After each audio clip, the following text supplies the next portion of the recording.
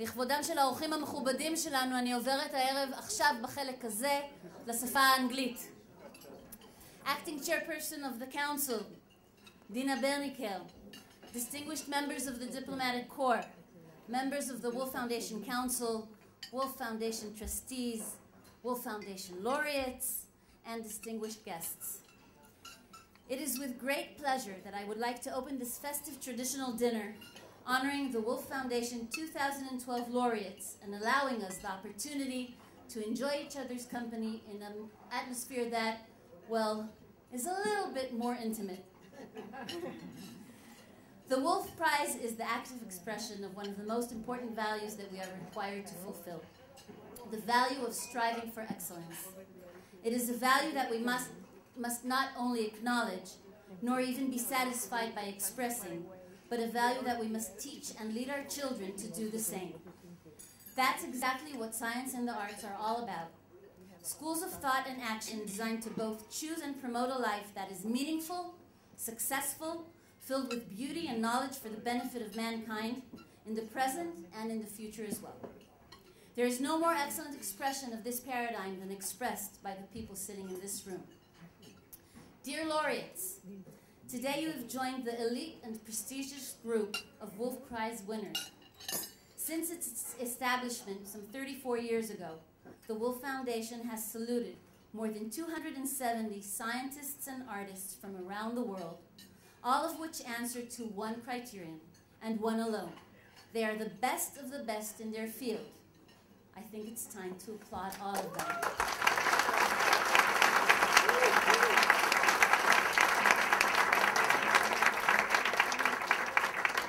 We are proud to welcome you and to have you with us. It is my pleasure to invite Mrs. Dina Berniker, Acting Chairperson of the Wolf Foundation Council, to make a toast.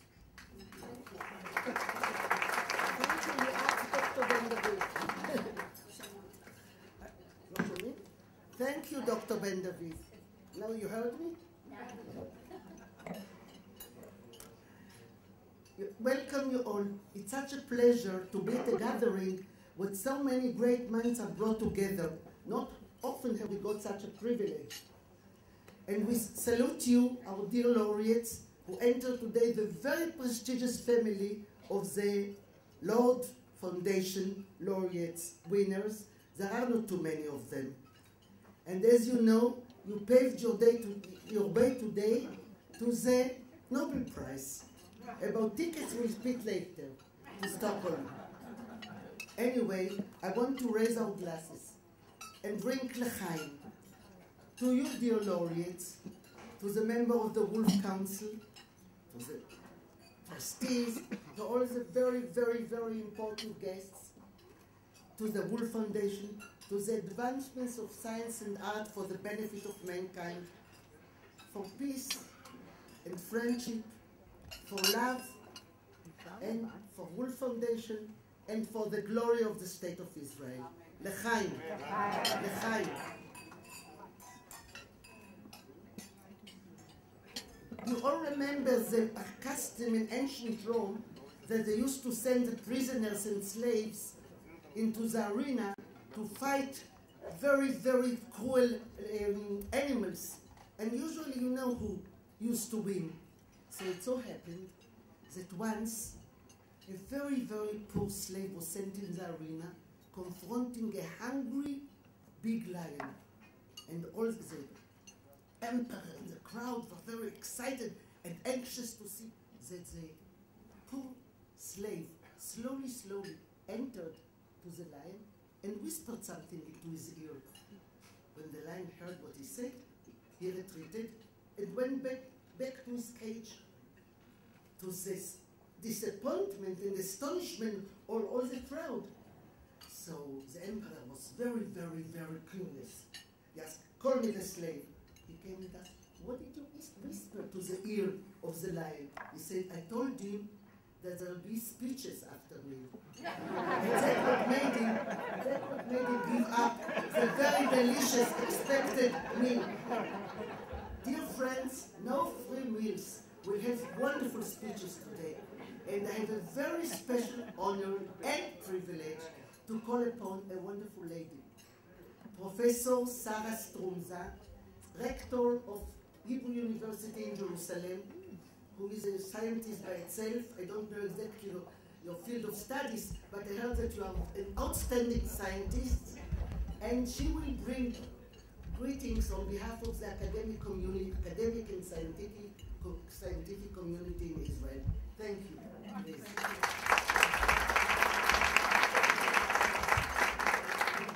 Thank you. To speak to the lions, really, this is what I have to do now. Recipients of the prize, members of the Wolf Prize Board, ladies and gentlemen, distinguished, honored, dear guests. Some 3,000 years ago, a preacher identified as son of David, king over Israel in Jerusalem, reflected upon meaning of life and wisdom. Whether this preacher was King Solomon or King Hezekiah, as Jewish tradition tells us, or someone else, Ecclesiastes, Kohelet in Hebrew, was undoubtedly an elitist, looking for the one worthy man among thousands.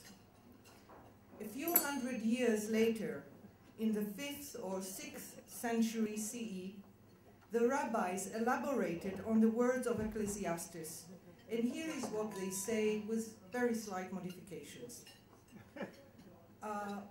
If 1,000 people enter school to study basic skills, 100 of them graduate.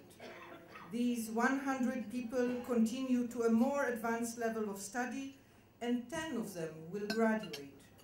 Of these 10, only one will reach the highest level. Therefore it is written, say the rabbis, in Ecclesiastes 7:28, one man among 1,000 have I found. This pyramidal structure is the heart and soul of research universities. We train the thousands and the hundreds, and we endeavor to identify among them the individuals with exceptional intellectual and academic potential and to nurture them. Of these individuals, the ones who truly stand out are those endowed with originality and creativity, those who are capable of taking the teaching they received and adding to it something new, which enriches it with an innovative insight or changes it altogether. Today, when governments invest very laudably in order to make higher education accessible to more people, the special care provided for the outstanding young few who have the potential to become such exceptional individuals is continuously harder to preserve. In this context, one can appreciate to what extent the presentation ceremony of the Wolf Prizes we attended today is a true celebration. By awarding this distinguished prize to individuals whose achievements advanced their fields, the late Dr. Ricardo Wolf and his wife Francesca Subirana Wolf set a gold standard for the quest for excellence. It is therefore an honor and a true pleasure for me to greet and congratulate the 6 men who are the laureates of the Wolf Prize for 2012 and who are present today. And I do that from the bottom of my heart, and not only because my own colleague from the Hebrew University is among you. In music, although not present here, and physics, in medicine, mathematics, and chemistry, your work ponders the magnificent construction of the universe and the life within, the life of the body and the life of the mind. The Wolf Prize insists on the criterion of promoting friendly relations between peoples, reminding us thus of the meaning of the Republic of Letters, with no borders, no boycotts, and no prejudices. The prize's description specifically lists the kinds of prejudice to be avoided.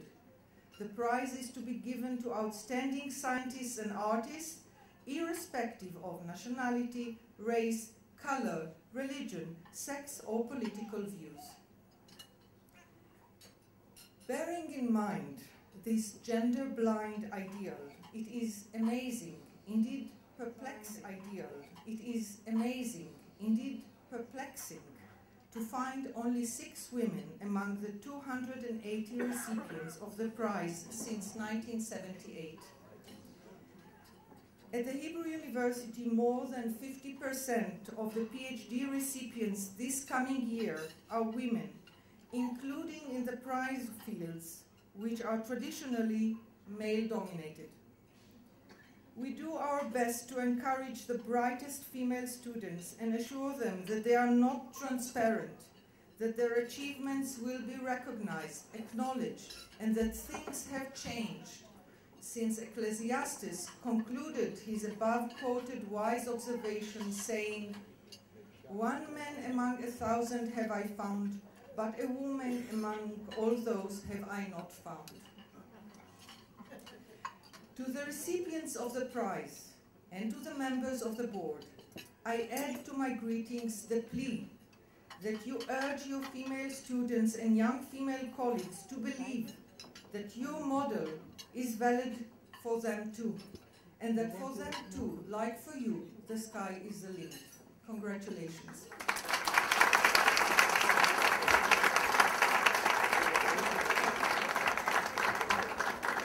Thank you, Dina, and thank you, Professor Stromza, for a very uplifting speech. It's been a long and exciting afternoon, so now with no further ado, we would like to begin our dinner. B'te'avon.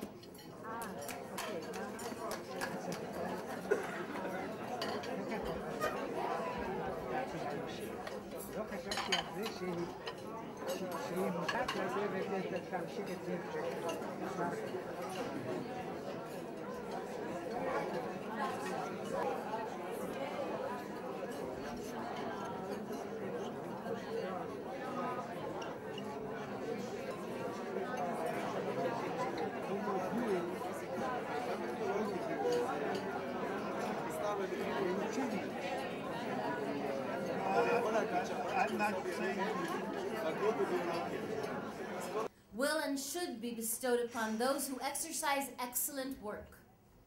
The Wolf Prize is designed to do just that, give reward and recognition for outstanding work.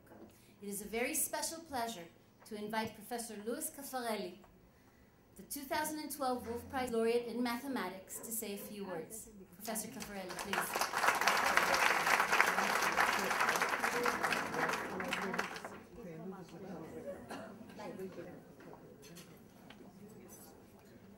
No problem.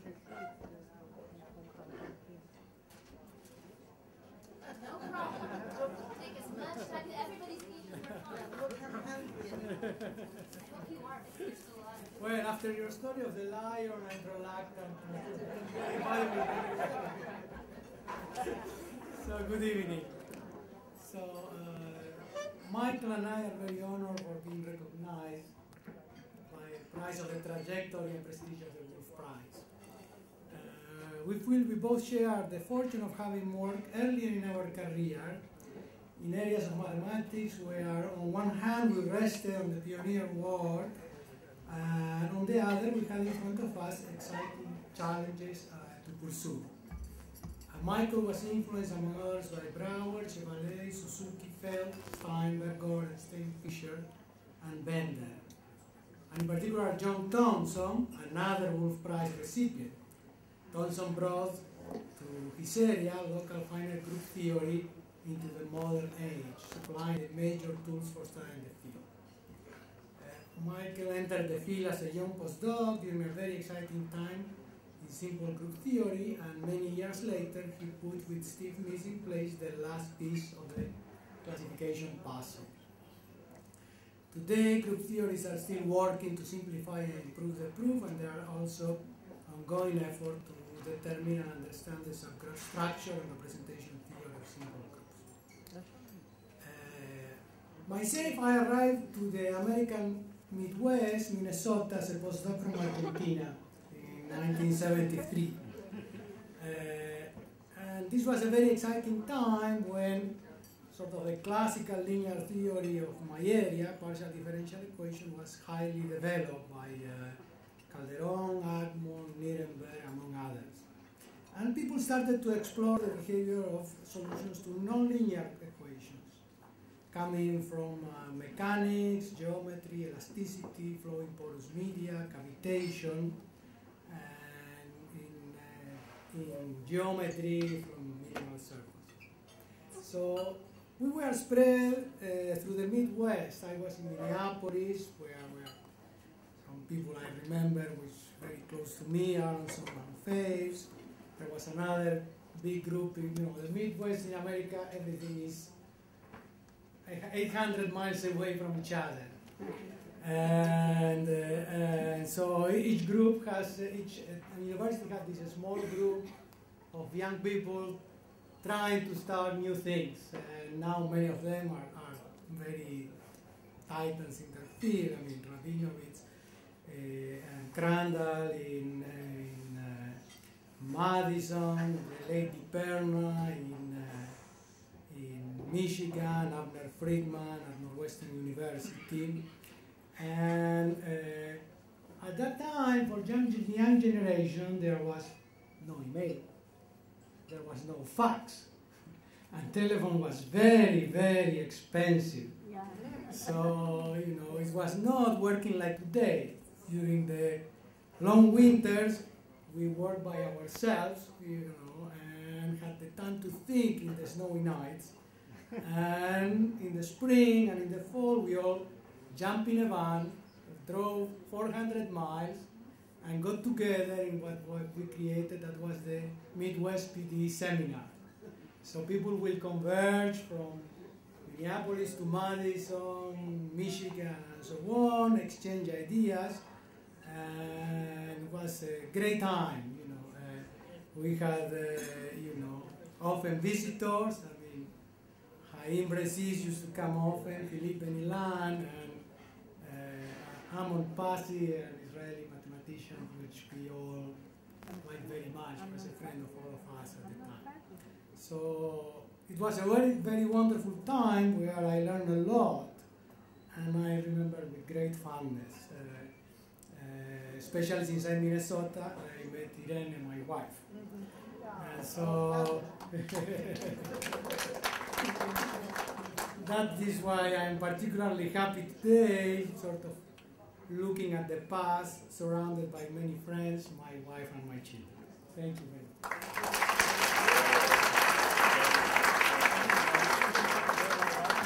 Thank you, Professor Caffarelli. And although we do not have the laureates in music tonight, I have to say that this Argentinian accent is music to my ears.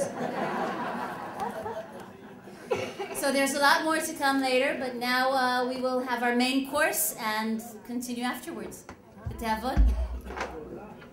May I ask everyone to please take their seats? We would like to continue.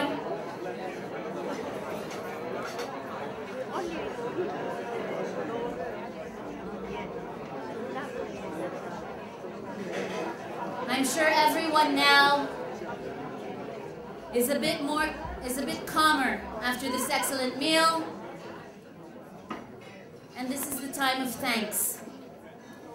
The achievements of the Wolf Foundation are possible due to the work of the trustees and council members who hold what it represents as near and dear to their hearts, all devoting their time to the foundation as volunteers.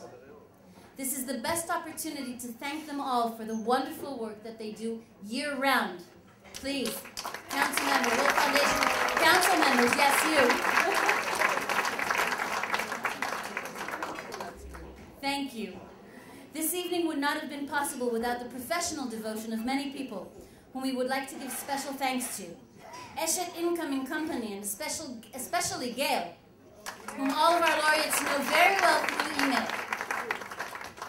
The Knesset Ceremony Department, and especially Miri, Yael, and Teila. Where's Teila? Over there.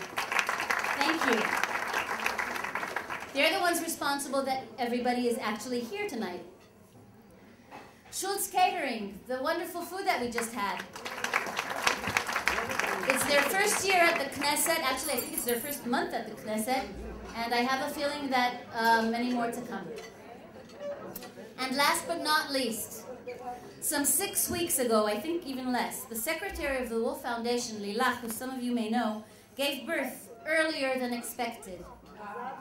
Her substitute, Mazal Tov to Lilach, her substitute had to figure her way through the intensity of putting together this week of events, which has just begun today, within a couple of days, without the grace of having enough time for a real, true, proper learning curve. She rose to the challenge beautifully. Moria, please stand up. And I would like to extend special thanks and warm thanks to Moria Vered, the Executive Secretary of the Wolf Foundation. Academic achievements are and should be beyond time, place, and politics. Wolf Prize laureates come from over 23 countries worldwide. Remember that we consider the entire United States as one country. Considering that, it is a true celebration of globality of knowledge that the human race develops. I am pleased to invite 2012 Wolf Prize laureate in chemistry, Professor Paul Alvisatos, to share some personal words with us.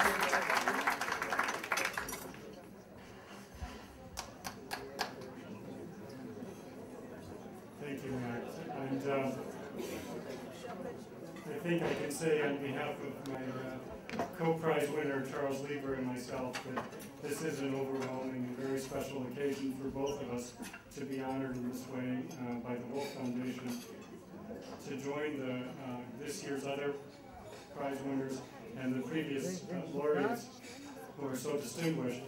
And of course, I think one reason that the Wolf Prize is held in such esteem is because there really is no other culture in the world that places such a value on the creation of new knowledge and the joy of learning.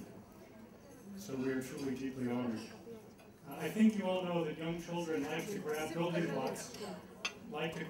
blocks and put them into different arrangements and make them as complicated as they can, maybe sometimes knock them down. And Charlie and I are both still just like those young kids. We have created over time some building blocks for nanoscience, and our great joy in life is to learn how to put them into different arrangements in order to build structures that will be having different symmetries and topologies and connectivities, which is just big words to say we like to place them into different arrangements, and it's great fun. Our work is concentrated on how to pattern matter at the ultra-small dimensions of the nanoscale, the same length scale, where nature makes proteins, enzymes, DNA, the fundamental building blocks of life. With our many students and postdocs, and working as part of a very large worldwide community of scholars, we have developed rules and systems for creating artificial materials patterned on the nanoscale.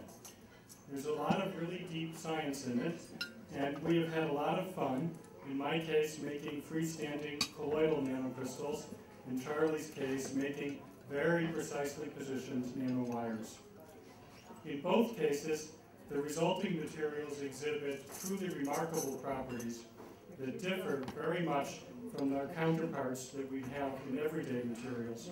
And today they're being harnessed to improve biomedical imaging, the detection of disease, and hopefully one day in the future will be used to produce and store renewable energy.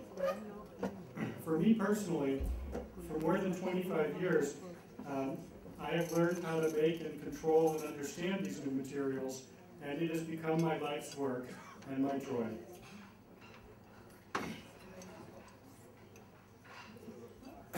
My parents were not able to see me reach adulthood, so I'm very grateful to them for nurturing me as a young person and giving me education. I have lived in and been sustained by a wonderful community of scholars in Berkeley. It is there where I met my wife, Nicole, and I was adopted as an adult by her parents, Gabor and Judy Salmajai. You may know that Gabor Salmajai is also a Wolf Prize recipient. So our two daughters, Stephanie and Clara, have a lot of work cut out for them, but also hopefully by the time they have reached full maturity, there will be many more women who are also recipients of the Wolf Prize.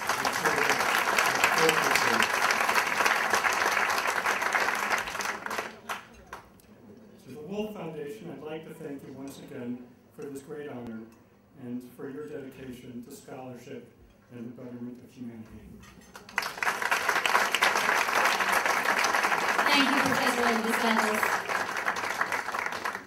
Important discoveries are usually the result of curiosity, persistence, and hard work, and also, of course, lots of optimism. But sometimes discoveries are a result of chance, as the following story tells us. A complaint was received at General Motors. This is a true story. At the department of Pontiac, a certain man bought a Pontiac car, and a few weeks later he wrote a complaint saying that in his family, every single evening after dinner, they decide which kind of ice cream to have. After they make the decision, he takes the car, drives a few blocks, and buys the flavor that was decided by the family, then drives back home. Every time he goes out to buy vanilla ice cream, the car refuses to restart. Now, this is a true story. Why is the Pontiac not driving again after he buys vanilla ice cream? Now, there are two possibilities in this world. One of them may be the car is allergic to vanilla ice cream. But in this room, we would look for a logical explanation, and I have to tell you that at GM, they took this complaint very seriously. And they decided to send their engineers and scientists to research what's going on. Does it have something against vanilla ice cream or maybe dessert in general? And they started checking, and they found out that at the ice cream parlor, the vanilla flavor was actually most popular. That's why it was placed in front of the store, and all the other flavors, strawberry, chocolate, any other flavor that you can think of, were less popular, so they're at the back of the store. Now, this creates a small time gap. When you buy vanilla ice cream, it's much faster than when you buy, say, chocolate, which is personally my favorite. So what happens is that when he gets back to the car after buying vanilla, it won't restart because there's too much steam in the engine, which hasn't defrosted yet. So General Motors, after researching the problem of vanilla ice cream, fixed the engine. They actually created something to make this problem solved somehow, and it turned out that the car was not allergic to vanilla ice cream, nor to any other kind of dessert. So those of you who have not received dessert yet, that's what's coming up right now. It's time to enjoy our dessert. I would like to remind those of you who need a ride back to the Leonardo Plaza Hotel or have come with other rides through Eshet, we will be waiting for you at the door after dessert and B'Tavon, and I hope you all had a wonderful evening. We hope to see you all next year again in Jerusalem.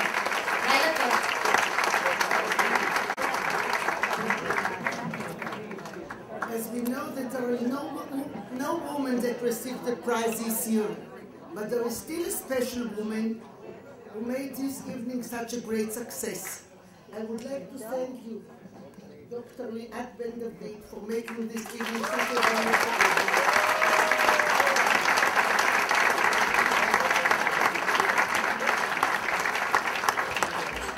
And for arranging such a wonderful schedule for you, dear laureate. You don't understand what's awaiting you. This is only the beginning. You know, there was a speaker that after he finished his lecture, he asked his friend, how was it? He said, well, I was late. I came only to the second part of your lecture. He said, well, how was the second part? He said, I'm sure the first one was better. So I'm sure that all of the parts of your visit will be wonderful. And thank you, Gilead, for the skill and all the efforts you put into it. Really, we do appreciate it very much.